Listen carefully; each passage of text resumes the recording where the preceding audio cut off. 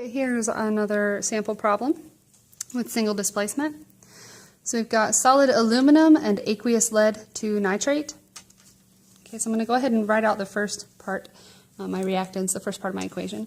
So I've got aluminum, which is a metal, and it is not one of our diatoms, so I just put Al for aluminum, and it's a solid. And that's going to be reacting with aqueous lead to nitrate.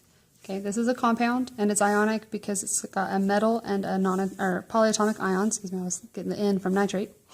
So that means I have to write my ions and balance my charges, or swap and drop. So I've got lead 2, and that 2 tells me that it's lead with a 2+ charge. And that's reacting with, I'm not going to put a plus sign, that's reacting with nitrate. Now remember that H should tell you automatically to look back here. Some of you may already have it memorized. Alright, so if you look for nitrate, it is NO3 with a 1 negative charge.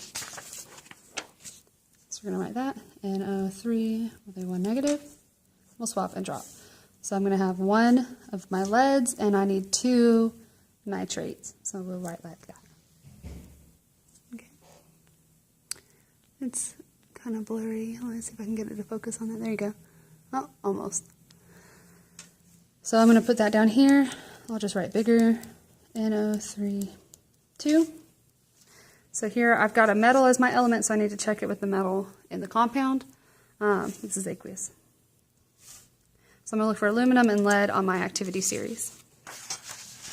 Okay. So there's aluminum, and all the way down here is lead. So aluminum is more reactive than lead, meaning it can kick it out of the compound. So aluminum's going to be like, bye lead, give me that nitrate. Alright. So now lead will be by itself, and since it's by itself as an element and it's not one of our diatoms, you just put that in whatever that state at room temperature is, which would be solid. Okay, and now we have aluminum and nitrate. So since that's going to be a metal and a polyatomic ion, I got to get the new formula.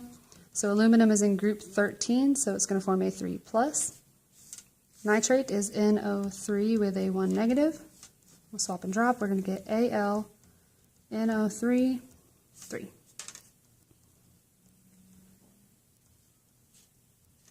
And that will still be aqueous. Okay? So here, the two metals swap place. So single, one thing, or one displacement occurred. So single displacement, you can think about it that way. Another thing, too, that a lot of people like to mess up is that they read that this is lead 2, so they try to make that an ion. That is not the case. And once it's an element, you treat it just like a plain old element by itself. So that's that important part. The other thing too is that they think that just because there's 2 nitrates here, you have to put 2 nitrates here. But that again is not the case. You would not form AlNO3 that does not happen. Balance of charges would make this happen. The whole point in, the whole point in continuing the way that it looks like it would be wrong is knowing that this would be the actual ratio, or the actual ratio of atoms of each type, the way that they would arrange, and then you can actually use the law of conservation of mass to balance the equation to make up for the fact that that's a 2 and a 3 and that does not work. Okay, so to balance it, I see I've got 3 nitrates and 2 nitrates over here. So I'm going to try something over here. So now I've got 6 nitrates.